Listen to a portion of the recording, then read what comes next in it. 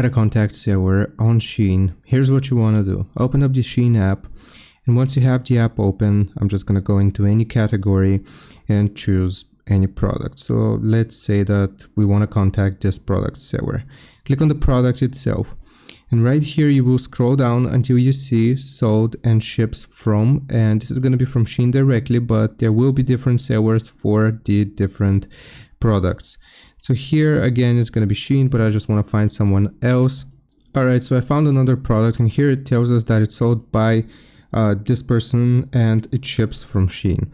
So if you want to contact them, you will just click on the arrow here, or you can just click on sold by, and this is going to reveal their business contact information as well as email address, and you can either write them an email or contact them by phone. I'm not gonna do that just because I don't want to dox this person, but if you click on sold by, you will get their contact information and you can contact them that way. I hope this helps. Leave a like and sub, and I'll see you next time.